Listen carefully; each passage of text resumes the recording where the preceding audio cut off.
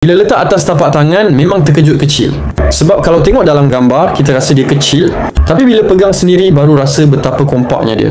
Lebar dia lebih kurang selebar 2 jari je. Senang muat poket seluar atau pouch kecil. Untuk travel atau orang yang memang suka minimal setup, saiz dia memang ngam. Lepas tu aku test kabel lightning terbina tu. Yang menariknya, kabel tu bukan saja untuk cas, tapi boleh jadi lanyard. Boleh sangkut dekat jari kalau tengah berjalan, atau buat macam strap masa pegang power bank dengan phone sekali. Memang praktikal sebab tak rasa macam kabel biasa yang terjulur. Dia fleksibel, just nice, tak keras, tak lembik.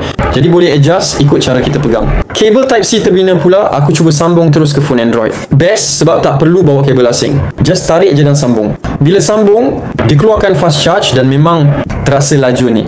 Bahagian yang buat aku rasa betapa selesanya ada power bank dengan built-in kabel. Tak ada drama kabel tertinggal dekat rumah. Dalam kotak tadi, ada satu kabel Type-C to Type-C yang sokong PD fast charge. Kabel ni aku guna untuk cas semula power bank.